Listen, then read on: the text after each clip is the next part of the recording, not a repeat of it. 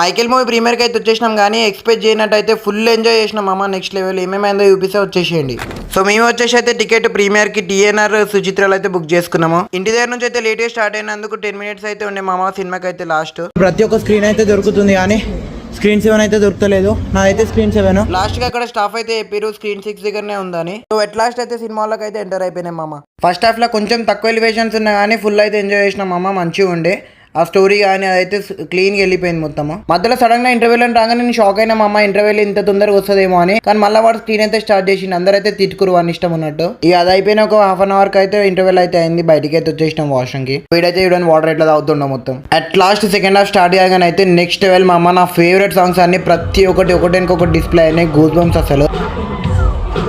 నా ప్లేలిస్ట్లో ఉండే ప్రతి ఒక్క సాంగ్స్ అన్ని స్క్రీన్ మీద డిస్ప్లే అవగానే ఫుల్ అయితే ఖుషి అయిపోయినా మామ. నేనైతే నెక్స్ట్ లెవెల్ అసలు. అట్ లాస్ట్ క్లైమాక్స్ అయితే అసలు పీక్ అసలు ఇచ్చి పడేసింది జాఫా జాక్సన్ అయితే అసలు నెక్స్ట్ లెవెల్.